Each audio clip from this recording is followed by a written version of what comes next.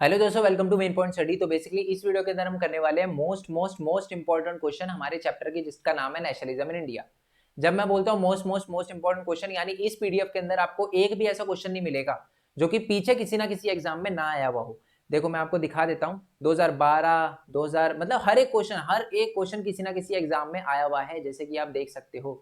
ये देखो, ये तो बिल्कुल लिस्ट है। 2017 में भी आया था फॉरन, 2014 में भी आया था, 2010 में, 2017 में ऑल इंडिया, 2015 में, ठीक है, 2014 में, 2015 फॉरन में, 2012, मतलब हर किसी ना किसी एग्जाम में, हर एक क्वेश्चन किसी ना किसी एग्जाम में आया हुआ है। और मैं आपको बता दूं, आपने ये चैप्टर कंप्लीट कर रखा हो या ना कर रखा हो, अगर आपने प्रीवियस ईयर क्वेश्चन की मेरी ये वाली वीडियो देख रखी है तो आपका चैप्टर कंप्लीट ही समझो, ठीक है।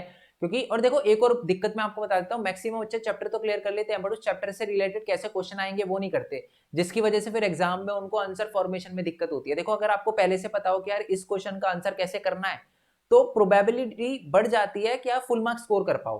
अगर 5 नंबर का क्वेश्चन है, ठीक है, आपने देखा होगा, आपके साथ भी ऐसा हुआ होगा, आपको 3.5 या 4 नंबर मिलते हैं। वो किस लिए मिलते हैं? वो इसलिए मिलते हैं क्योंकि आपकी प्रेजेंटेशन अच्छी नहीं होती, ठीक है। अगर आपको पहले से पता हो कि यार इस वे में क्वेश्चन पूछा जा सकता है, तो आप पहले से सोच कर जाओगे कि यार ऐसे आंसर लिखना है, ठीक है। चलो, तो मैं आपको बता दूं, मैं हर एक चैप्टर की एमसीक्यू मतलब प्रीवियस ईयर क्वेश्चन अपलोड करूंगा। ये पहली वाली वीडियो है मेरी, ठीक है, पहली वीडियो है, पहला चैप्टर है। मैं हर एक चैप्टर, इकोनॉमिक्स, जियो, सबके वीडियो अपलोड करूंगा। और मैं आपको बता दूं, हिंदी मीडियम वालों के लिए भी सेम चैप्टर के एमसीक्यू और प्रीवियस ईयर क्वेश्चन का लिंक नीचे डिस्क्रिप्शन में दे रखा है। मैंने एमसीक्यू को क्यों बोला?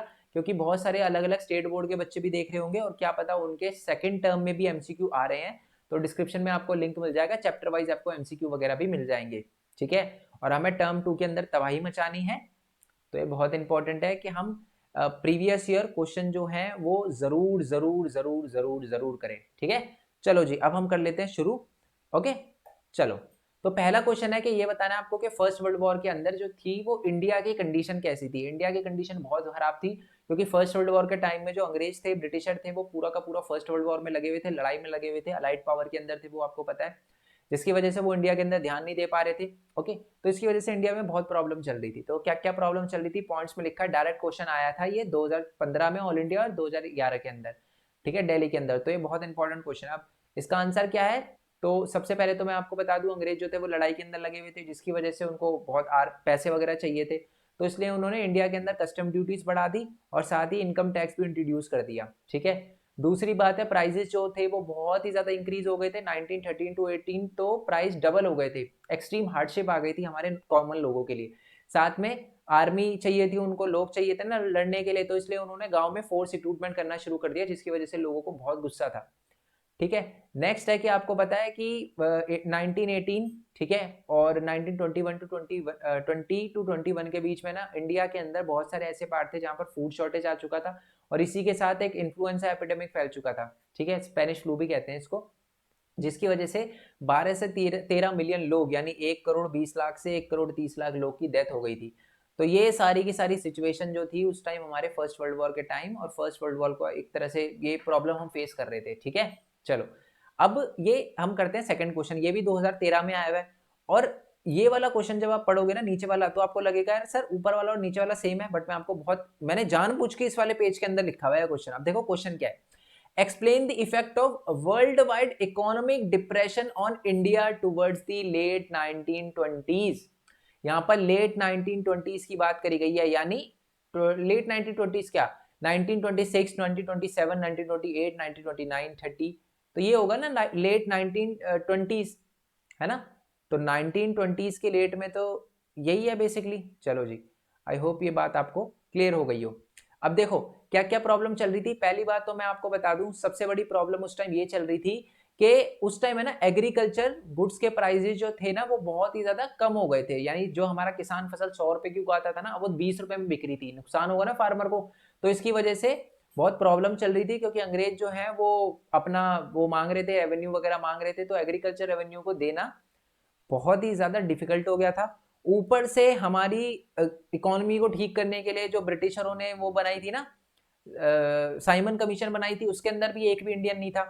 तो ये भी एक प्रॉब्लम हमें फेस करनी पड़ी थी। तो ये दो प्रॉब्लम थी जो हमें फेस करनी पड़ी थी, ठीक है। चलो, और ये टोरी गवर्नमेंट में आपको बता दूं, लीडर थे टोरी बेसिकली ब्रिटेन की, तो उन्होंने ये कमीशन बनाई थी जॉन साइमन के लीडरशिप में, ठीक है। और 7 मेंबर थे, सातों के सातों इंडियन थे, ये प्रॉब्लम थी। चलो आते हैं नेक्स्ट क्वेश्चन पे। रॉलेट एक्ट क्या है? डायरेक्ट क्वेश्चन 2 मार्क्स में आपसे पूछा जा सकता है। रॉलेट एक्ट क्या है? रॉलेट एक्ट जो था वो इंपीरियल लेजिस्लेचर काउंसिल ने पास किया था 1919 में फैब के अंदर, जिसमें बोला गया था कि अगर गवर्नमेंट को लगता है कि कोई भी पर्सन जो है वो गलत है तो उसको 2 साल तक जेल में डाल के रख सकती है बिना उस पे कोई मुकदमा चलाए, यानी किसी को भी जेल में डाल के रखे। ठीक है, ऐसे तो फिर बहुत ज्यादा दिक्कत हो जाएगी। और हमारे गांधी जी को लगता था ये बहुत खराब रूल है, इसी के खिलाफ गांधी जी ने नेशन वाइड रॉलेट एक्ट सत्याग्रह निकाला था। ठीक है, चलो नेक्स्ट क्वेश्चन आ जाते हैं। और वाई वाज द खिलाफत मूवमेंट स्टार्टेड? खिलाफत मूवमेंट जो था वो क्यों स्टार्ट किया गया था? आपको पता है कि फर्स्ट वर्ल्ड वॉर के बाद है ना, ये अफवाह फैल गई थी कि जो हमारे खलीफा हैं, जो कि आपको पता है स्पिरिचुअल लीडर हैं इस्लाम के अंदर, है ना, उनकी पावर जो है वो कम कर दी जाएगी। उसी की पावर को सेव करने के लिए जो गांधी जी हैं, उन्होंने मोहम्मद अली और शौकत अली, 2 भाई थे, उनके साथ मिलकर क्या किया था, एक नॉन कॉपरेशन खिलाफत मूवमेंट निकाला था। जिसमें देखो नॉन कॉपरेशन खिलाफत मूवमेंट जो था वो मुस्लिम्स के लिए था, स्वराज जो था वो हिंदू के लिए था। ठीक है, हिंदू या बाकी कम्युनिटी के लिए, नॉन मुस्लिम के लिए आप कह सकते हो डायरेक्टली, तो उनके लिए था। ठीक है, चलो जी, आई होप ये, क्योंकि देखो मेन मोटिव गांधी जी का यही था कि कैसे हम सारी कम्युनिटी को साथ में ला सकते हैं, है ना। तो उनको लगा कि यार अगर मैं मुस्लिम का सपोर्ट करूंगा तो हमारा भी करेंगे, हम सारे मिलकर ही अंग्रेजों को भगाएंगे। तो दोनों के मूवमेंट को साथ में लाया गया। ठीक है, और एक बॉम्बे एक वो बनाई गई थी, खिलाफत कमेटी बनाई गई थी बॉम्बे में, तो ये भी आपको याद रखनी है। ठीक है, चलो नेक्स्ट क्वेश्चन आ जाते हैं कि मेन रीजन क्या था जिसकी वजह से गांधी जी ने नॉन कॉपरेशन मूवमेंट जो था वो वापस ले लिया था। आपको पता है गांधी जी ने नॉन कॉपरेशन खिलाफत मूवमेंट जो था वो वापस क्यों ले लिया था? पहले तो बता दूं 2013 में आया हुआ क्वेश्चन है, 2015 में और ऑल इंडिया 2017 में आया हुआ क्वेश्चन है। तो गांधी जी ने आपको पता है कि चौरा चौरी के अंदर, ठीक है, जो कि गोरखपुर यूपी के अंदर है, वहां पर क्या हो गए थे, वायलेंट क्लैश हो गए थे 1922 फैब के अंदर, जिसकी वजह से गांधी जी ने क्या किया था, नॉन कॉपरेशन खिलाफत मूवमेंट को वापस ले लिया था। ठीक है जी, आई होप ये बात आपको पता चल गई हो। और इसका एक और रीजन भी था कि जो कांग्रेस के बहुत सारे लीडर थे ना, वो ये कह रहे थे कि जी हम नॉन कॉपरेशन मूवमेंट को सपोर्ट नहीं करना चाहते हैं और हम ब्रिटिश की गवर्नमेंट के इलेक्शन में पार्टिसिपेट करना चाहते हैं और उनकी काउंसिल में बैठकर उनका विरोध करना चाहते हैं। Next question. अच्छा ये बता दूं मैं आपको, सबसे पहली बात तो है कि हमारी एक वेबसाइट है जिसका नाम है मेन पॉइंट स्टडी, वहां पर आपको नोट्स और एमसीक्यू वगैरह मिल जाएंगे, फ्री ऑफ कॉस्ट है, टेंशन लेने की कोई जरूरत नहीं है। जाओ डाउनलोड करो, प्रिंट करो, शेयर करो, जो करना है करो, क्लिक करते ही नोट्स ओपन हो जाएंगे। ठीक है, कोई दिक्कत रहने की जरूरत नहीं है, क्योंकि एग्जाम पास है तो इसलिए मैं आपको बोल रहा हूँ डायरेक्टली नोट्स उठाकर भी आप कर सकते हो। बट मैं आपको बोलूंगा कि अगर टाइम है तो पहले चैप्टर की वीडियो देखना, वो ज्यादा इंपॉर्टेंट है। ठीक है, ये हमारा टेलीग्राम चैनल है, वैसे तो 9.2 दिख रहा होगा, 9.6,000 सब्सक्राइबर, मतलब 9,600 से ज्यादा सब्सक्राइबर यहाँ ज्वाइन हो चुके हैं यहाँ पर बच्चे, तो आप भी ज्वाइन हो सकते हो, फ्री है कुछ नहीं। टेलीग्राम डाउनलोड करके मेन पॉइंट स्टडी 10 लिख देना, आप यहाँ पर आ जाओगे। और दूसरी बात यह है कि आप जब वेबसाइट पे जाओगे तो वैसे तो फ्री है यार, बट क्योंकि सर्वर की कॉस्ट होती है वेबसाइट की, तो मेरे लिए थोड़ा सा इसको रन करना थोड़ा सा डिफिकल्ट हो सकता है आगे जाकर, है ना, आगे जाके करके अभी भी बहुत ज्यादा डिफिकल्ट हो रहा है। ठीक है, अभी तो मैं जैसे तैसे मैनेज कर रहा हूँ, क्योंकि मैं चाहता हूँ देखो कि सब बच्चों को मिले, इसलिए मैंने एकदम फ्री रखा हुआ है। आप है ना, जाके जब इसको डाउनलोड करोगे ना नोट्स वगैरह को, तो आपको खुद ही क्वालिटी में डिफरेंस पता चल जाएगा। ठीक है, क्योंकि आपको कहीं से पेड नोट्स मिल रहे हो ना, मैच करके देख लेना, उससे अच्छे मिलेंगे आपको हमारे नोट्स। बट मैं ये फ्री में इसलिए दे रहा हूँ ताकि सब बच्चों की हेल्प हो पाए, बट कब तक दूंगा ये नहीं पता ना। तो आप अगर हेल्प कर सकते हो, सपोर्ट कर सकते हो, तो पेमेंट के ऑप्शन दे रखे, और नहीं भी कर सकते तो यार कंपलसरी नहीं है, अच्छे नंबर लाओ। और वहां पर ऐड वगैरह दे रखी, उस पर क्लिक करके 10-20 सेकंड रुक जाओगे, वो भी अल्टीमेटली सपोर्ट ही होगा। ठीक है, अच्छे नंबर लाना इंपॉर्टेंट है, बट अगर सपोर्ट कर सकते हो तो करना, क्योंकि आगे मेरे लिए आपके जूनियर को शायद नोट्स देना बहुत ज्यादा डिफिकल्ट हो जाए। चलो ये क्वेश्चन जो है ना 1-2 मार्क्स में पूछा जा सकता है आपसे कि वंदे मातरम जो था वो किसने लिखा था और किस नॉवल में लिखा गया था। तो मैं आपको बता दूं, आनंद भट्ट एक नॉवल थी जिसके अंदर ये पहले वंदे मातरम लिखा गया था। जिन्होंने लिखा था उनका नाम है बंकिम चंद्र चट्टोपाध्याय। ये पूछा जाता है जनरली, भी आपको पता होना चाहिए ये। नेक्स्ट क्वेश्चन की बात करते हैं कि गांधी जी ने ना भारत आने के बाद पहली बार, दूसरी बार और तीसरी बार सत्याग्रह कहाँ किया था। ये देखो फॉरन 2010 में आया हुआ क्वेश्चन है। ये गांधी जी ने battle of satyagrahi win the battle of the non violence through the non violence. Example के साथ एक्सप्लेन करना है, तो गांधी जी ने नॉन वायलेंस से सत्याग्रह 3 जगह किया था, चंपारण 1917 में, खेड़ा 1917 में, और 1918 में अहमदाबाद में किया था। अच्छा जी, जब मैंने एक बार पहले वीडियो बनाई थी तो 1916 बोला था, क्योंकि उस टाइम आपके एनसीईआरटी की बुक में भी 1916 लिखा हुआ था, बट अब चेंज हो चुका है। पता तो मेरे को उस टाइम भी था कि जी 1917 है, बट मैंने उस टाइम कुछ बोला नहीं क्योंकि एनसीईआरटी की बुक पर ये आपको विश्वास करना होता है। तो अब सही हो चुका है एनसीईआरटी की बुक में, तो 1917 है, ठीक है। चलो, और ये स्ट्रगल अगेंस्ट दी, अच्छा ये हुआ क्यों था, चंपारण सत्याग्रह हुआ था क्योंकि है ना जो हमारे फार्मर थे उनको फोर्स किया जाता था ब्रिटिशर द्वारा कि आप इंडिगो की खेती करो, पर उससे हमारी लैंड खराब हो जाती थी, तो इसको लेकर गांधी जी ने सत्याग्रह किया कि जी इनको फोर्स मत करो। दूसरा है खेड़ा के अंदर क्यों किया, क्योंकि खेड़ा के अंदर प्लेग फैल गया था, फसल खराब हो गई थी, हमारे जो फार्मर है वो लैंड रेवेन्यू पे नहीं कर पा रहे थे, तो उनके लैंड रेवेन्यू को रिलैक्स करवाने के लिए गांधी जी ने क्या किया था, खेड़ा सत्याग्रह किया था। ओके, नेक्स्ट है जी अहमदाबाद में सत्याग्रह क्यों किया था, क्योंकि हमारे जो कॉटन मिल वर्कर है ना, बेसिकली वो चाहते थे कि उनकी सैलरी जो है वो थोड़ी बढ़ाई जाए, तो इसके लिए गांधी जी ने सत्याग्रह किया था। आप है ना, पता है क्या करना, एग्जाम में प्रेजेंटेशन इंपॉर्टेंट है, इस क्वेश्चन को आप ऐसे भी लिख सकते हो, सत्याग्रह, ये 3 एरो ऐसे डाल देना, थोड़ा अच्छी प्रेजेंटेशन। देखो मेन मोटिव है ना, आपको टीचर को यह बताना होता है कि आपको आंसर आता है जी, तो आप अगर यहाँ पर सीधा लिखोगे ना चंपारण सत्याग्रह, कुछ कुछ बच्चे होते हैं जो पैराग्राफ में लिख देते हैं, बच्चे ये बहुत ही बड़ी दिक्कत बन जाएगा एग्जाम में, क्योंकि जो टीचर को ना मतलब आपका आंसर दिखते ही पता चल जाना चाहिए कि इस बच्चे को आंसर आता है। अब जब यहाँ पर लिख दोगे ना एरो बना के चंपारण सत्याग्रह, खेड़ा सत्याग्रह, अहमदाबाद सत्याग्रह, टीचर को ये तो कंफर्म हो जाएगा बच्चे को आंसर आता है। फिर टीचर आपकी मतलब रीडिंग करेगी कि हाँ जी ये सही लिखा हुआ नहीं लिखा हुआ, ठीक है। तो इसलिए ये बात बहुत इंपॉर्टेंट है, पॉइंट्स में लिखो, प्रेजेंटेशन अच्छी रखो, अलग से वीडियो बनाऊंगा मैं प्रेजेंटेशन की, ठीक है। चलो, explain the idea of the satyagraha according to Gandhi ji, important question 2011-14 में आया हुआ क्वेश्चन है। अभी 2-2 मार्क्स के क्वेश्चन कर रहे हैं हम, आगे चल के 4-4, 5-5 मार्क्स के भी करेंगे, ठीक है। आगे इस पीडीएफ के पीपीटी के अंदर आगे 2-2, 3-3, 3-3, 4-4 और 5-5 मार्क्स के भी क्वेश्चन है, ठीक है। चलो, सत्याग्रह का मतलब क्या होता है तो गांधी जी का मानना था कि अगर आपका जो कॉज है, आप जिस कारण के लिए सत्याग्रह कर रहे हो, अगर वो सही है तो आपको कोई भी वॉयलेंस करने की जरूरत नहीं है, आपको इनजस्टिस के खिलाफ लड़ने के लिए वॉयलेंस करने की जरूरत नहीं है, प्यार से भी अपनी बात मनवा सकते हो, और आपको अपने ऑपरेसर को भी मजबूर करना है कि वो सच्चाई देखे, तो इसलिए आप वॉयलेंस का यूज मत करो, नॉन वॉयलेंस की बैटल आपको लड़नी है, और इसी को सत्याग्रह कहा जाता है। सत्याग्रह का मतलब ही देखो, तोड़ोगे सत्याग्रह, सत्य की आपकी लड़ाई है तो आपको वॉयलेंस करने की जरूरत नहीं है। नेक्स्ट क्वेश्चन पे आते हैं जी, Why did Gandhi ji decided to launch the nationwide Satyagraha against the proposed Rowlatt Act in 1919? तो आपको पता है कि ब्रिटिश गवर्नमेंट 1919 में एक रॉलेट एक्ट सत्याग्रह लेकर आई थी, तो गांधी जी ने उसके खिलाफ जो थे वो क्यों किए थे सत्याग्रह, रीजन क्या था। तो पहली बात तो यह है कि उसको इंपीरियल लेजिस्लेचर काउंसिल ने पास किया था, जबकि इंडियन मेंबर जो थे उस काउंसिल के अंदर वो विरोध कर रहे थे, तो ये रीजन था पहला तो गांधी जी का। दूसरा था कि ये रूल जो था, ये जो एक्ट था वो बेसिकली इसलिए लाया गया था ताकि पॉलिटिकल एक्टिविटी को रोका जा सके, है ना, पॉलिटिकल को रिप्रेस किया जा सके। और इसमें लिखा हुआ क्या था, लिखा हुआ ये था कि 2 साल तक किसी भी बंदे को 2 साल तक जेल में रखा जा सकता है बिना ट्रायल के। तो ये 3 वजह थी जिसकी वजह से गांधी जी ने रॉलेट एक्ट सत्याग्रह किया। क्वेश्चन थोड़ा चेंज आ सकता है, आपसे पूछा जा सकता है कि why we call Rowlatt act black law, तो मैं आपको बता दूं काला कानून क्यों कहा जाता है रॉलेट एक्ट को। तो यही 3 रीजन थे जिसकी वजह से हमारे रॉलेट एक्ट को एक ब्लैक लॉ कहा जाता है, काला कानून कहा जाता है, ब्लैक एक्ट कहा जाता है। तो इसी को खत्म करने के लिए गांधी जी ने रॉलेट एक्ट सत्याग्रह चलाया था। उसके बाद आपको पता है कि वो जलियांवाला बाग मैसेकर वगैरह कर दिया था उसने, जनरल डायर ने। अब देखो ये भी क्वेश्चन 2012 में आया हुआ है, 15 में आया हुआ है, फॉरन 2014 में आया हुआ है। क्वेश्चन क्या है कि why did the non cooperation जो मूवमेंट था gradually slow down in the city. इससे रिलेटेड एक और चीज बताऊंगा, आपको पता है ना कि जो नॉन कोऑपरेशन मूवमेंट था हमारा वो 3 जगहों पर, कहां पर, सिटीज में। मैं थोड़ा थोड़ा ना एक्सप्लेन भी कर रहा हूँ क्योंकि मेरे को पता है बहुत सारे बच्चे सिर्फ यही वाली वीडियो देखकर जाएंगे, मैंने बोल तो दिया कि चैप्टर समझ लो बट यही वाली, तो इसलिए मैं थोड़ा एक्सप्लेन भी कर रहा हूँ, है ना, ताकि आपको अच्छे से हो जाए। टाउन में, ठीक है, विलेज में और प्लांटेशन में, ठीक है। तो ये 3 जगह पर नॉन कॉपरेशन मूवमेंट हुआ था। अगर मैं सिटीज की बात करूं तो बहुत तेजी से ये मूवमेंट चला, बट जितनी तेजी से चला उतनी तेजी से गिर भी गया था। रीजन क्या था, रीजन इतना था कि पहली बात तो बहुत सारे बच्चों ने अपना स्कूल छोड़ दिया था, बट अब स्कूल छोड़ दिया अंग्रेजों के तो पढ़ेंगे कहाँ पर, जब तक इंडिया पढ़ेगा नहीं तब तक बढ़ेगा कैसे। तो इसलिए दोबारा से बच्चों ने स्कूल जाना शुरू कर दिया अंग्रेजों के, ठीक है। तो वो बॉयकट का जो प्लान था वो तो खराब हो गया क्योंकि दोबारा से स्कूल ज्वाइन कर लिया, क्योंकि उनके पास और कोई चारा नहीं था, इंडियन इंस्टीट्यूशन थे ही नहीं।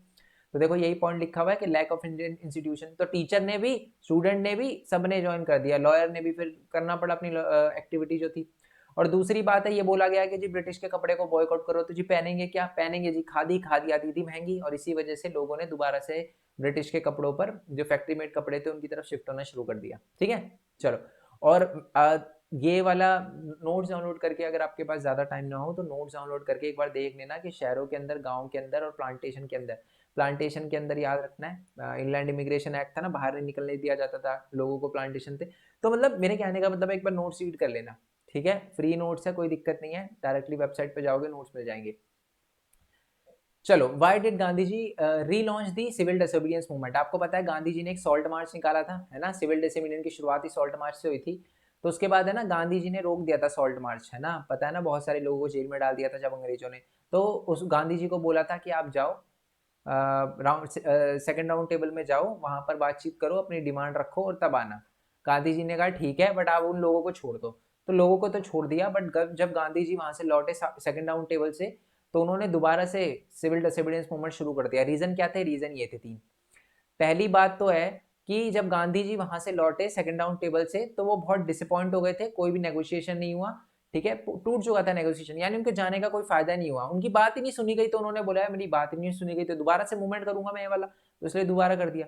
दूसरी बात है कि जब वो इंडिया में आए तो उन्होंने देखा भाई अलग सीन कर रखा ब्रिटिशरों ने, धोखा, पीठ में छुरा घूप दिया मेरे, है ना, मतलब बहुत, जो चीजें नहीं बोली थी, जो चीज ना नहीं करने को बोली थी वही कर रहे हैं वो, है ना। और तीसरा पॉइंट था जी कि कांग्रेस को बिल्कुल इलीगल कर दिया, है ना, कांग्रेस के बड़े बड़े लीडर को जेल में डाल दिया, डेमोन्स्ट्रेशन करना और बॉयकॉट करना, ये सारी की सारी चीजों को इलीगल घोषित कर दिया। और इसी वजह से गांधी जी जो थे वो चिढ़ चुके थे कि यार ये तो गलत है, मैंने आपका साथ दिया, मैं आपने कहा सेकंड राउंड टेबल में जाओ और इसको बंद करो, नॉन को ये सिविल डिसोबीडियंस मूवमेंट को, मैंने आपके बात मानी, बट आपने मेरी बात नहीं मानी, धोखा दिया आपने। तो इसलिए गांधी जी ने सिविल डिसोबीडियंस मूवमेंट दोबारा से रीलॉन्च कर दिया, बट उसका कुछ फायदा नहीं हुआ। 1934 आते आते इसने अपना मोमेंटम एकदम से खो दिया, क्योंकि लोग थक चुके थे। गांधी जी ऑन ऑफ चलते रहते थे, कभी मूवमेंट चलाते फिर रोक देते, क्योंकि वायलेंस हो जाता था। गांधी जी भी देखो नॉन वायलेंस के रास्ते पे चलते थे, बड़े बात नॉर्मल लोगों को अच्छी नहीं लगती थी, है ना।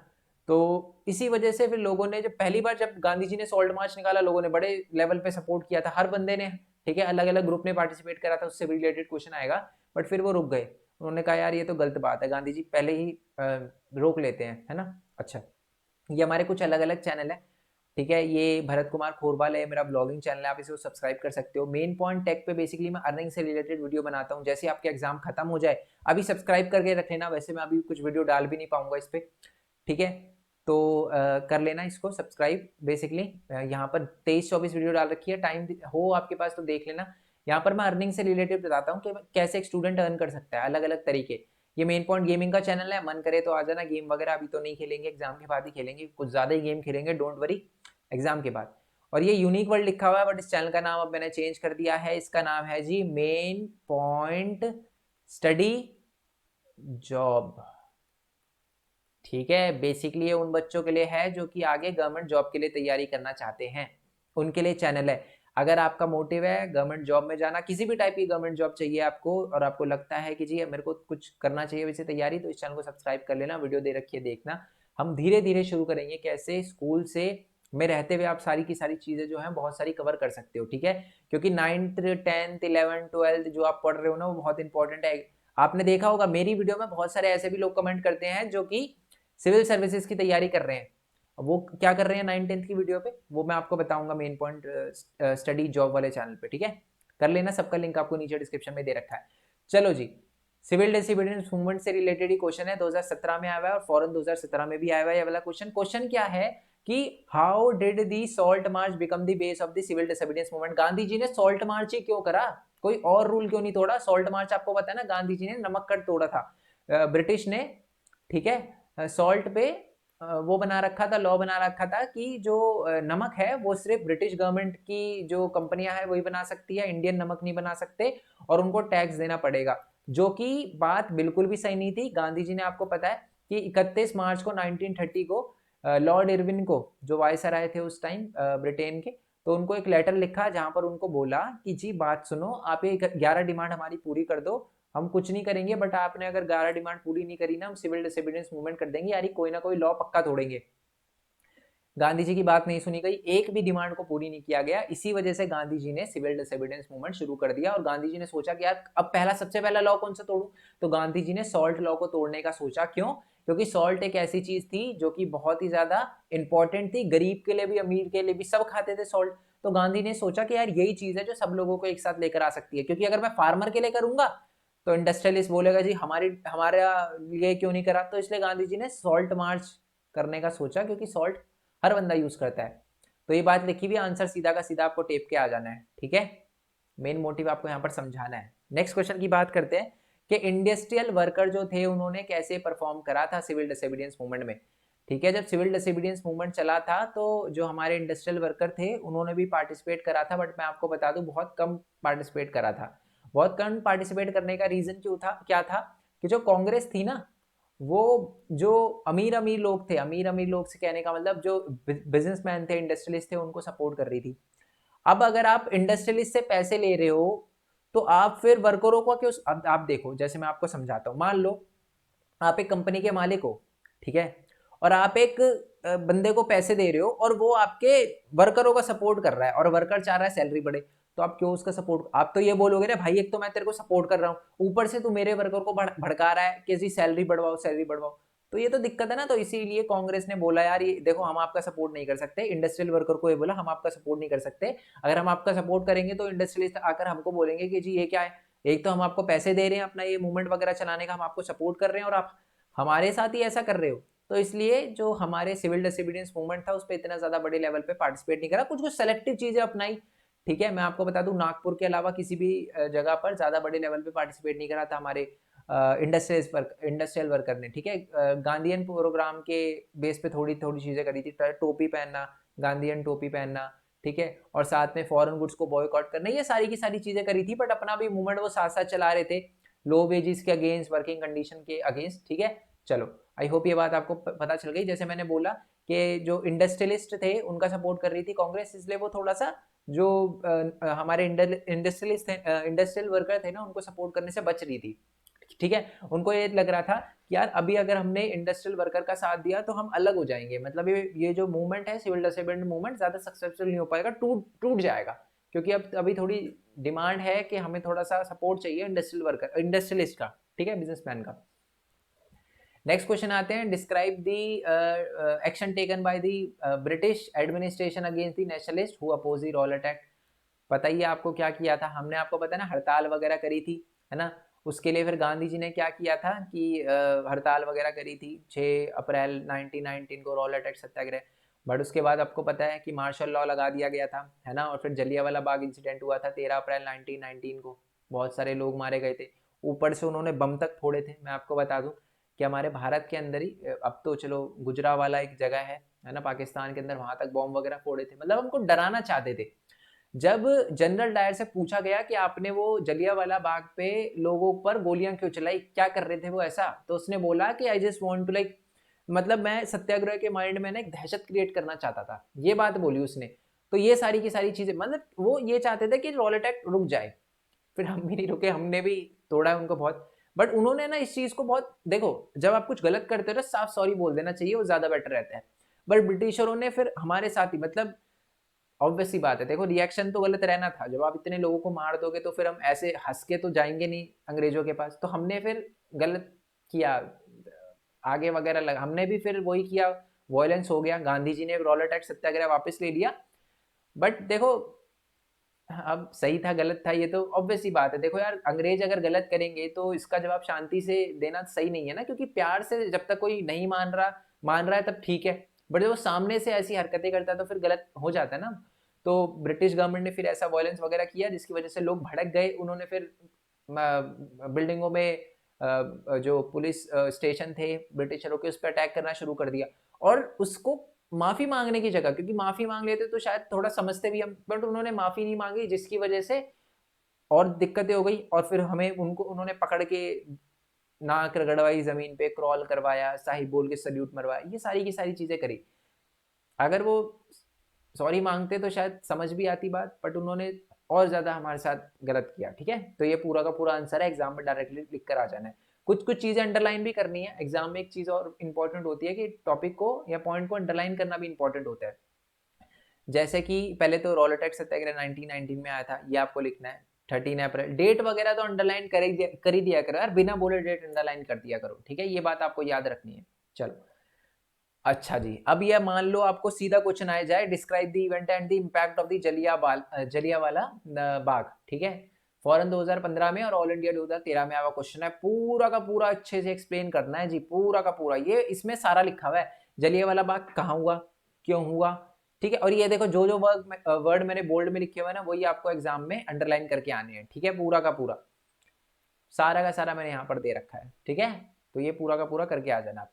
नेक्स्ट क्वेश्चन पे आते हैं, Dalit participation was limited in the civil disobedience movement, examine the statement. मैं आपको बता दूं, जब सिविल डिसोबीडियंस मूवमेंट हुआ था तो दलित ने ना बहुत कम लेवल पे पार्टिसिपेट करा था। रीजन मैं आपको बताऊंगा, ठीक है। या अगर आपको क्वेश्चन आता है कि नहीं main feature of Poona pact बताओ, तो वो पूना पैक्ट भी बताता हूँ, बट पहले सुनो दलित जो लोग थे उन्होंने कम पार्टिसिपेट क्यों करा था, मैं आपको बताता हूँ। कांग्रेस जो थी ना, उसके अंदर उस टाइम जो थे वो कुछ ऐसे लोग थे जो डिस्क्रिमिनेशन करते थे बहुत ज्यादा दलितों के साथ, और उनका डिस्क्रिमिनेशन पीक पे था। और इसी वजह से बहुत सारे कांग्रेस लीडर जो थे, बाकी के जो थोड़े समझदार भी थे, जो नहीं करते डिस्क्रिमिनेशन, बट वो दलित का पार्टिसिपेशन लेने से थोड़ा रिलक्टेंट थे, क्योंकि उनको लगता था कि अगर दलितों ने पार्टिसिपेट करा तो जो बड़े बड़े कांग्रेस के लीडर है वो नाराज हो जाएंगे। तो इस चक्कर में दलितों ने भी बोला, भाई आप जब हम को मतलब हमारे साथ ऐसा कर रहे हो तो फिर हम भी क्यों क्यों करें आपका सपोर्ट। तो दलितों ने भी पार्टिसिपेशन अपना कम ही रखा, दलितों ने और मुस्लिम ने पार्टिसिपेशन कम रखा था अपना, ठीक है। चलो जी, आई होप ये बात आपको क्लियर हो गई हो, क्योंकि डिस्क्रिमिनेशन बहुत बहुत था। बट दूसरी तरफ अगर गांधी जी देखे तो वो डिस्क्रिमिनेशन नहीं करते थे। मैं आपको बता दूं, वो दलित को हरिजन मानते थे। अच्छा, हरिजन का मतलब क्या होता है, children of God, children of God मानते थे। वो कहते थे इनके साथ बिल्कुल भेदभाव नहीं। उन्होंने खुद, मैं आपको बता दूं, गांधी जी ने खुद एक माना जाता है ना कि ये जो ये वाले काम इन्हीं के लिए होते हैं, ये वाले, तो गांधी जी ने खुद वो काम किया और बताया कि ऐसा कुछ नहीं होता। सब काम कोई छोटा बड़ा नहीं होता, इंसान की सोच छोटी बड़ी होती है, काम हर काम अच्छा होता है।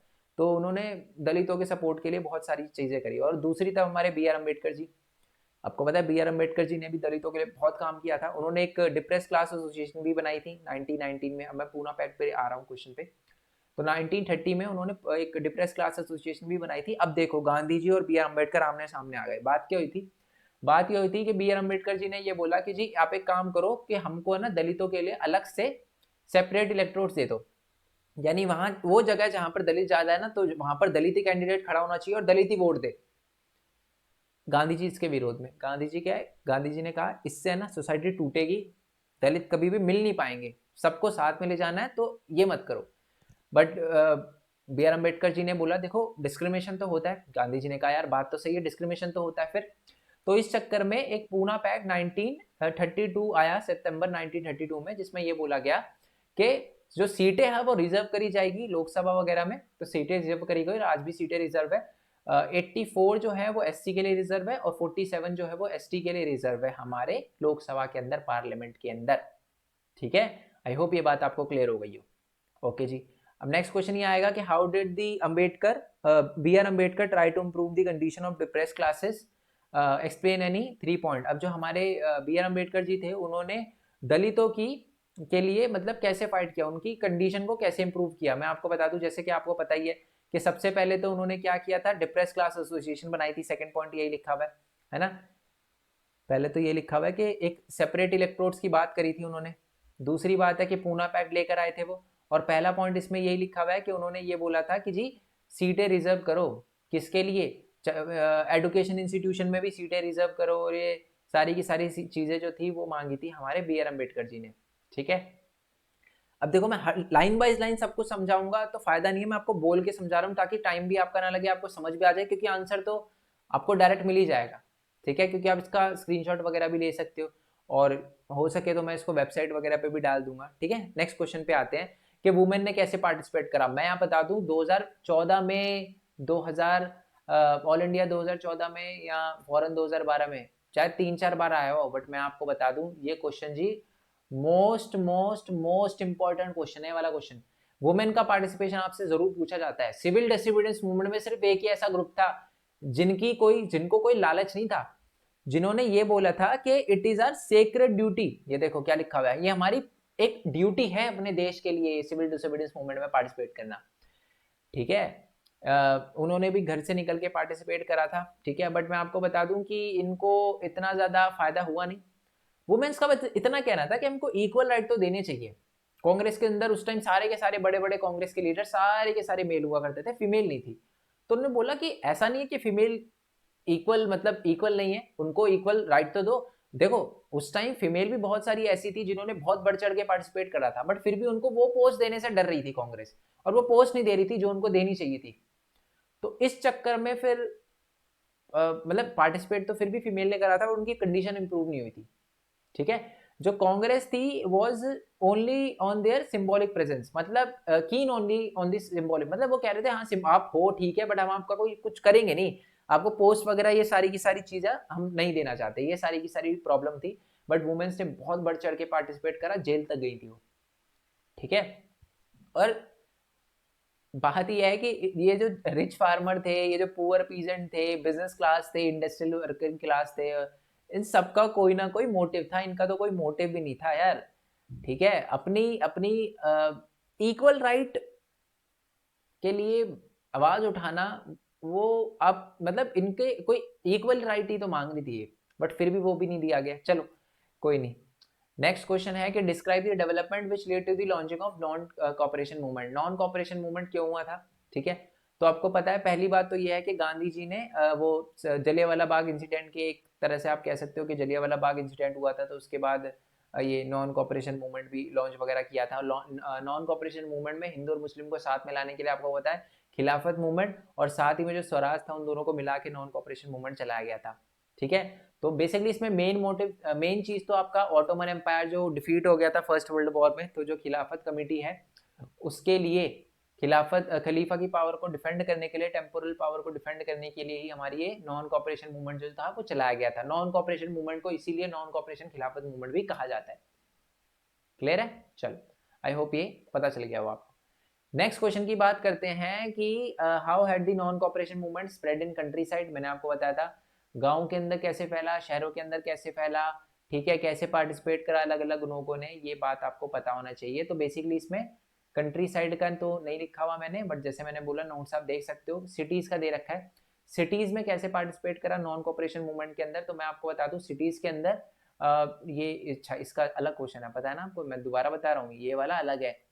ये विलेज की बात हुई यहाँ पर। विलेज में कैसे पार्टिसिपेट करा, मुंह जवानी बता देता हूँ। विलेज में बेसिकली एक सिस्टम चलता था बेगार का। ठीक है, तो उसके अंदर औद किसान सभा, ये सारी की सारी चीजें आई थी। ठीक है, बेसिकली औद किसान सभा बनाई थी जवाहरलाल नेहरू ने और बाबा रामचंद्रा ने। ठीक है, वो ये बनाई थी ताकि बेगार के सिस्टम को खत्म किया जा सके। बट गांव में जितनी तेजी से फैला उतनी तेजी से रुक भी गया, क्योंकि अफवाह फैल गई थी, अटैक वगैरह होने लगे थे तालुकदारों के घरों में, इसलिए गाँव के अंदर जो था इतना सक्सेसफुल नहीं हो पाया नॉन कोऑपरेशन मूवमेंट। दूसरी बात करते हैं नॉन कोऑपरेशन मूवमेंट सिटीज में कैसा फैला, बड़ा बढ़िया फैला जी। बच्चों ने स्कूल जाना छोड़ दिया, टीचर ने पढ़ाना छोड़ दिया, ठीक है, लीगल प्रैक्टिस छोड़ दी, और पिकेटिंग की गई शॉप्स की, आसपास खड़े होकर घेरा वगैरह बनाया गया, है ना। एक जगह को छोड़कर, एक पार्टी को छोड़कर, जस्टिस पार्टी को छोड़कर सबने, इंक्लूडिंग कांग्रेस, सब ने इलेक्शन को बॉयकॉट किया। ठीक है, ये सारी की सारी चीजें वगैरह हुई थी। ओके, बट और इससे फायदा भी हुआ था, मेरे कहने का मतलब इससे इंडिया का एग्रीकल्चर, जो इंडिया की जो इंडस्ट्री थी वो ऊपर गई थी। ये देखो क्या लिखा है। ठीक है, पहली बात तो ये है कि जो इंपोर्ट होता था, बाहर से कपड़े आते थे, वो जो है वो नीचे चले गए। मेरे कहने का मतलब है पहले 102 करोड़ के कपड़े मंगवाते थे, फिर से 57 करोड़ के मंगवाने लग गए, और बाकी हम अपने पास बनवाने लग गए अपनी फैक्ट्रीज के अंदर। तो ये चीज़ अच्छी हुई। ओके, और ये बात वही दे रखी है कि जितनी ऊपर तेजी से बढ़ा ये मूवमेंट, उतनी तेजी से गिर भी गया, क्योंकि आपको पता है खादी महंगी आती थी, और दूसरा लैक ऑफ इंडियन इंस्टीट्यूशन। बच्चे अगर ब्रिटिश स्कूल में नहीं पढ़ेंगे तो इंडियन स्कूल तो वहां पर थे ही नहीं उस टाइम। चलो, ये भी बहुत इंपॉर्टेंट क्वेश्चन है, 2013 में आया क्वेश्चन है कि political organisation in India were the loop. अच्छा है, ये वही बता रखा है कि सिविल डिसोबीडियंस मूवमेंट जो था उसके अंदर क्या प्रॉब्लम थी, मतलब लोगों ने इतने बड़े लेवल पे पार्टिसिपेट क्यों, मतलब क्या दिक्कत क्या थी सिविल डिसोबीडियंस मूवमेंट में, इतना जितना ज्यादा बड़ा जाना चाहिए था उतना नहीं गया। ऑल्दो सक्सेसफुल हुआ, बट जितना बड़ा जाना चाहिए था सिविल डिसोबीडियंस मूवमेंट, वो इतना बड़ा गया नहीं, इतने बड़े लेवल पे नहीं फैल पाया। रीजन क्या था? रीजन यही था कि दलितों ने कम लेवल पे पार्टिसिपेट करा, वही कांग्रेस का भेदभाव। मुस्लिम ने बहुत कम लेवल पे सपोर्ट करा था, है ना। और सबसे बड़ी बात यह है कि अलग अलग लोगों के ना अलग अलग एस्पिरेशन थी, अलग अलग ओन एस्पिरेशन थी। वर्कर अलग अलग वजह से पार्टिसिपेट कर रहे थे। मैं आपको बता दूं 1857 में भी हमारा जो मूवमेंट था ना इंडिपेंडेंस का, वो इसलिए सक्सेसफुल नहीं हो पाया क्योंकि सब लोगों की अलग अलग डिमांड थी, अलग अलग एस्पिरेशन थी। वही हुआ था हमारा सिविल डिसोबीडियंस मूवमेंट में, सब अपना अपना सोच रहे थे। इंडस्ट्रियल वर्कर अपना सोच रहे थे, है ना, इंडस्ट्रियलिस्ट अपना सोच रहे थे, बिजनेस क्लास अपना सोच रही थी, है ना, फार्मर अपना सोच रहे थे, पुअर पीजेंट अपना, तो इसी वजह से सक्सेसफुल नहीं हो पाया।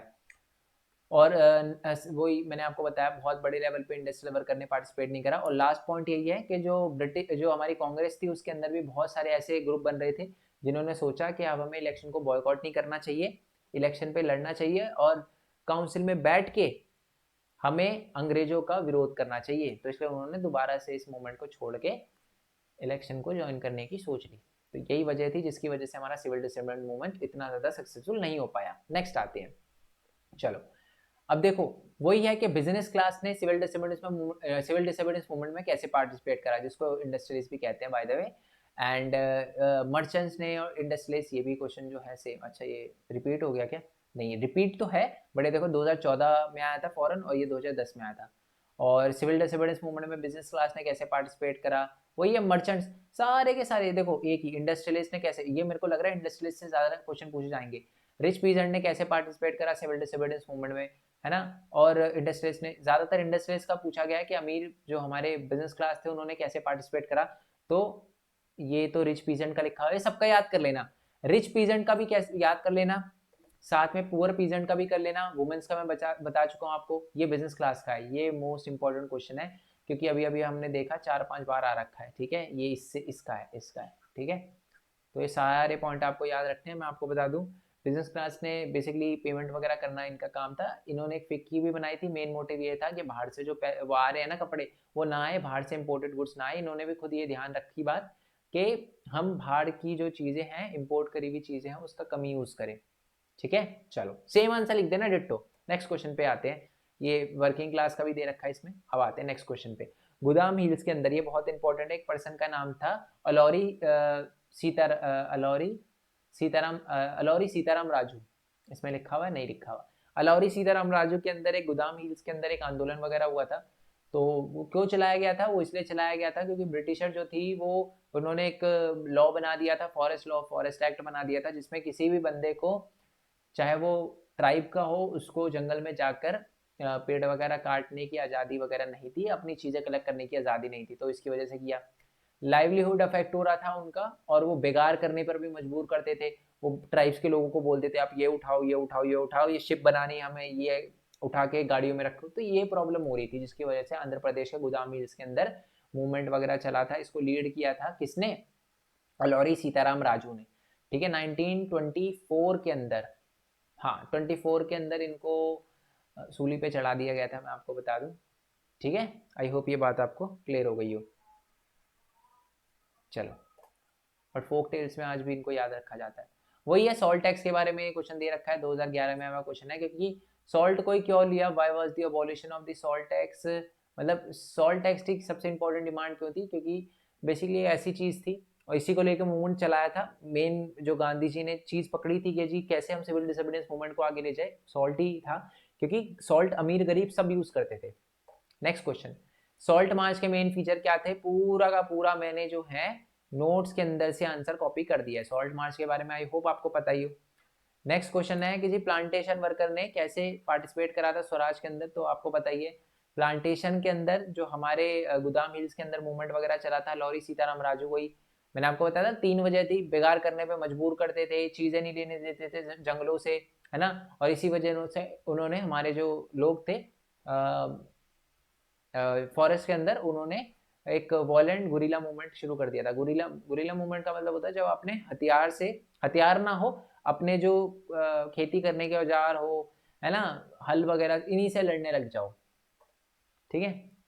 चलो मिलिटेंट बन जाओ। ये वाला अवध, अवध के जो हमारे किसान थे उनको क्या प्रॉब्लम आ रही थी, मैंने जैसे आपको बताया। पहली बात तो उनको रेंट पे करना पड़ता था, टैक्स पे करना, मतलब सेस देने पड़ते थे, टैक्स देने पड़ते थे। दूसरी बात है बेगार करना पड़ता था, फ्री में काम करना पड़ता था, ज़्यादा टैक्स देने पड़ते थे। दूसरा, लैंडलॉर्ड की ज़मीन पे फ्री काम करना पड़ता था। और इसी के लिए इसी के यही प्रॉब्लम थी जो फेस कर रहे थे कौन? हमारे अवध के पीजेंट। तो ये लिखना है आपको आंसर, ठीक है। 2011 में और 2015 में आवा क्वेश्चन है ये वाला जी, ये बहुत इंपॉर्टेंट क्वेश्चन है। नॉन कॉपरेशन मूवमेंट और सिविल डिसोबीडियंस मूवमेंट में क्या डिफरेंस था? मैं आपको बता दूं, नॉन कॉपरेशन मूवमेंट की अगर हम बात करें तो वो बेसिकली जो नॉन कॉपरेशन मूवमेंट था वो, इसमें देखो, do not follow the law of the government, इसमें बोला गया था कि लॉ नहीं मानना, बट इसमें लॉ को तोड़ने की बात करी गई थी। ये जो था पीसफुल था, बट ये पीसफुल नहीं था, है ना। अलौरी सीताराम राजू जो थे हमारे, उन्होंने पता ही है आपको, गुरिल्ला मूवमेंट चला दिया था आंध्र प्रदेश में। मुस्लिम का लार्ज पार्टिसिपेशन था खिलाफत मूवमेंट की वजह से, नॉन कॉपरेशन मूवमेंट पे। यहाँ पर मुस्लिम ने थोड़ा सा कम पार्टिसिपेट करा। वैसे देखो, जब आप एग्जाम में क्वेश्चन लिखते हो ना, तो आप ट्राई करा करो कम्युनिटी का नाम ना लिखो। अगर ये एग्जाम में 4 नंबर का क्वेश्चन आ जाता है फिर तो ठीक है, बट ऐसे पॉइंट लिखना सही नहीं रहता, ठीक है। ये पॉइंट वैसे तो वैलिड पॉइंट है, गलत पॉइंट नहीं है ये। सिविल डिसोबीडियंस मूवमेंट में थोड़ा सा कम पार्टिसिपेशन था नॉन कॉपरेशन मूवमेंट के उस पर, बट ये 3 नंबर में आए तो ट्राई करने ये पॉइंट ना ही लिखो, ठीक है। बट वैसे ये पॉइंट लिख सकते हो आप अगर 4 नंबर में आए तो, क्योंकि हमें पॉइंट नंबर चाहिए, ठीक है। नेक्स्ट है कि जो नॉन कॉपरेशन मूवमेंट था वो इसलिए किया गया था हिंदू मुस्लिम को साथ में लाने के लिए, अटेन स्वराज मिल सके, है ना। और खिलाफत मूवमेंट जो था वो भी सक्सेसफुल हो जाए, इसलिए खलीफा की पावर को कम ना किया जाए। और इसमें सिर्फ कुछ लॉज थे, 11 डिमांड थी ना गांधी जी को, वो अगर पूरा हो जाती तो गांधी जी सिविल डिसोबीडियंस ना करते। तो मेन मोटिव यही था सिविल डिसोबीडियंस मूवमेंट का, कि अपनी 11 डिमांड मनवाना और स्वराज को अटेन करना। Causes of civil disobedience movement क्या थे? सिविल डिसोबीडियंस मूवमेंट क्यों चलाया गया था? साइमन कमीशन फेल हो गई थी, इकोनॉमिक डिप्रेशन आ चुका था, ब्रिटिश के कुछ कॉलोनियल लॉ थे जिनको तोड़ना था, है ना, जैसे सॉल्ट लॉ था उसको खत्म करने के लिए, और अटेन पूर्ण स्वराज, पूरी आज़ादी के लिए, ठीक है। और ये गो बैक साइमन कमीशन के नारे भी लगे थे। क्यों लगे थे? क्यों लगे थे? ऑल ब्रिटिश मेंबर, है ना, वो जो साइमन कमीशन थी उसके अंदर सारे ब्रिटिशर थे, ठीक है। चलो जी, लास्ट क्वेश्चन और मोस्ट इंपॉर्टेंट क्वेश्चन है, आपसे पूछा जाता है कि ये बताओ कि फोक लोर्स ने, फोक सॉन्ग ने, ठीक है, और पॉपुलर प्रिंट वगैरह ने कैसे नेशनलिज्म को एक तरह से नेशनल स्ट्रगल में हेल्प करी थी। या मैं सीधा बताऊं, कल्चर ने कैसे एक इंपॉर्टेंट रोल निभाया था सेंस ऑफ कलेक्टिव बिलोंगिंग में, लोगों के मन में देशभक्ति की भावना जगाने में सबसे बड़ा रोल जो था वो कल्चर का था उस टाइम, ठीक है। किन किन चीजों ने एक अहम भूमिका निभाई जिससे सारे के सारे लोग जो है मिलकर मूवमेंट वगैरह कर सके? तो मैं आपको बता दूं कि इन सबको साथ में लाने में सबसे पहला जो चीज करी गई वो थी इमेज ऑफ भारत माता। मैं आपको बता दूं, मैंने इसे भारत माता, ठीक है, तो भारत जो है वो सबकी माता है, चाहे वो हिंदू हो, मुस्लिम हो, सिख हो, ईसाई हो, सबकी माता है, सब मानते हैं, ठीक है। तो ये बात उस टाइम लाई गई थी, क्योंकि हम, अब देखो, जब आप किसी को अपनी माता मानते हो ना, तो एक रिस्पॉन्सिबिलिटी ज्यादा बढ़ जाती है, ठीक है। तो अंग्रेज जो है वो, हम जब हमारे साथ ऐसा बर्ताव कर रहे थे तो हमने ये बोला कि ये जी भारत माता है, इसको आजाद कराना हम सबकी रिस्पॉन्सिबिलिटी है। तो अब सारे साथ में आ गए, कॉमन आ गए कि जी हाँ हमारी भी माता है, हम भी आपका साथ देंगे। तो इस चीज ने बहुत हेल्प करी थी सबको साथ में लाने में। और आपको पता है ये जो भारत माता की इमेज थी वो बंकिम चंद्र चट्टोपाध्याय ने दी थी, और इन्होंने वंदे मातरम भी लिखा था जो कि आनंद मठ में आया था। उसके बाद मैं आपको बता दूं कि revival of the Indian folklores, बहुत सारी कहानियां वगैरह, बहुत सारी स्टोरीज, पोएम वगैरह इंडिया से रिलेटेड लिखी गई थी, आगे वाले पेज पे दे रखी है ये में जो भारत माता है, ठीक है। तो ये सारी की सारी कहानियां वगैरह नतेशा शास्त्री, रविंद्रनाथ टैगोर ने भी खुद बहुत सारे नर्सरी राइम वगैरह और ये सारी की सारी जो स्टोरीज थी, है ना, पोएम थी, इन सबको इकट्ठा किया था, ठीक है। और नेक्स्ट है कि जी आइकन और सिंबल का यूज किया गया था, जैसे कि एक झंडे का जिसमें 8 लोटस थे जो कि 8 प्रोविंस ऑफ ब्रिटिश दिखाते थे, और एक आधा चांद जो था वो आधा चांद और साथ में लोटस, ये सारी की सारी हिंदू और मुस्लिम को रिप्रेजेंट करते थे। ये रहा जी, ये वाला स्वदेशी फ्लैग है, ठीक है, 8 दिख रहे होंगे लोटस, और ये चांद और सूरज हिंदू और मुस्लिम को रिप्रेजेंट करते हुए, ओके। और ये स्वराज जो था, स्वराज का फ्लैग ये किस चीज को रिप्रेजेंट करता था? मैं आपको बता दूं, गांधी जी की ने बनाया था 1921 में। तो ये इस टाइप से भी क्वेश्चन पूछा जा सकता है। 2016 में आया हुआ है, 2016 ऑल इंडिया में आया हुआ है, 2011 में आया हुआ है, और 2010 और 2016 में आया हुआ क्वेश्चन है। मोस्ट इंपॉर्टेंट क्वेश्चन है सारे के सारे जो भी हमने इस वीडियो के अंदर करे हैं, ओके। और ये आगे हिस्ट्री वाला भी है, यानी देखो 3 चीजें तो हमने कर ली ना, इमेज ऑफ भारत माता देख ली, रिवाइवल ऑफ इंडियन फोकलोर्स देख ली, आइकन एंड सिंबल, और री इंटरप्रिटेशन ऑफ हिस्ट्री, हिस्ट्री को दोबारा लिखा गया। अंग्रेज ने, हम देखो, जब आप किसी चीज पे प्राउड करते हो ना तो खुद आप अपने आप को अच्छा मानने लगते हो। अंग्रेज ने सबसे पहले क्या किया, हमको ये बोलना शुरू कर दिया कि जी आप कुछ नहीं हो, आप पत्ते पहनते थे हमारे से पहले, है ना, आप कुछ नहीं थे। बट हमें पता चला यार हमारी हिस्ट्री तो उनसे बहुत ज्यादा पुरानी, हमने तो ऐसे ऐसे काम कर रखे अपनी हिस्ट्री में जो अंग्रेज सोच भी नहीं सकते। तो इसलिए हम दोबारा से अपनी हिस्ट्री को हमने रिवाइव किया और लोगों को बताया जी हम जो है ना वो ब्रिटिशर से बहुत अच्छे हैं। क्योंकि लोगों को पता है, मैक्सिमम लोगों को ये लग रहा था कि जी अंग्रेज चले गए तो हमारा तो सत्यानाश हो जाएगा, तो ये चीज लोगों के दिमाग में डालने के लिए कि जी नहीं, जब अंग्रेज जाएगा ना तो और ज्यादा अच्छा होगा, तो इसलिए हिस्ट्री को दोबारा से लिखा गया, ठीक है, रीइंटरप्रेट किया गया। जैसे हमारे बहुत सारे जो जैसे कि रामानुजन हो गए है ना, हमारे आर्यभट्टा हो गए, इन सब के बारे में दोबारा लोगों को बताया गया, ठीक है। आई होप ये पूरा का पूरा आपको समझ आ गया हो, सारे के सारे क्वेश्चन आपको समझ आ गए हो, ठीक है। अगर कोई दिक्कत हो तो नीचे मेरे को कमेंट बॉक्स में बता देना कि सर मेरे को इस क्वेश्चन में डाउट है, इस क्वेश्चन में डाउट है। मैं पूरा का पूरा आंसर बेसिकली कमेंट बॉक्स में बता दूंगा आपको, मेरे को कोई दिक्कत नहीं है, बट हर एक चीज आपकी क्लियर होनी चाहिए। अगर आप चैप्टर समझ लेते हो तो जी मैंने बोला बहुत अच्छी बात है, टाइम कम है तो ये क्वेश्चन जो है वो डायरेक्टली आप कर सकते हो। मैं आपको बता दूं, मेन पॉइंट स्टडी की वेबसाइट पे आपको सारे के सारे क्वेश्चन की पीडीएफ मैं जल्दी अपलोड कर दूंगा, 1-2 दिन में अपलोड कर दूंगा, ठीक है। क्योंकि अभी जो है वो बाकी चैप्टर की वीडियो वगैरह बनाऊंगा मैं, तो डायरेक्टली ये जो क्वेश्चन है वो मैं वहां पर अपलोड कर दूंगा, ये जो पीडीएफ है वहां पर अपलोड कर दूंगा। रिक्वेस्ट रहेगी कि सारे के सारे चैनल जो है सब्सक्राइब कर लेना। गवर्नमेंट जॉब की तैयारी कर रहे हो तो इस चैनल को सब्सक्राइब करना मत भूलना, ठीक है। बाकी वेबसाइट से आप नोट्स डाउनलोड कर सकते हो www.mainpointstudy.in, मैं बता चुका हूँ। टेलीग्राम चैनल को ज्वाइन करना मत भूलना। बाकी मिलते हैं नेक्स्ट वीडियो में, तब तक के लिए थैंक यू सो मच। जय हिंद, जय भारत, वंदे मातरम। Thanks for your support, bye bye.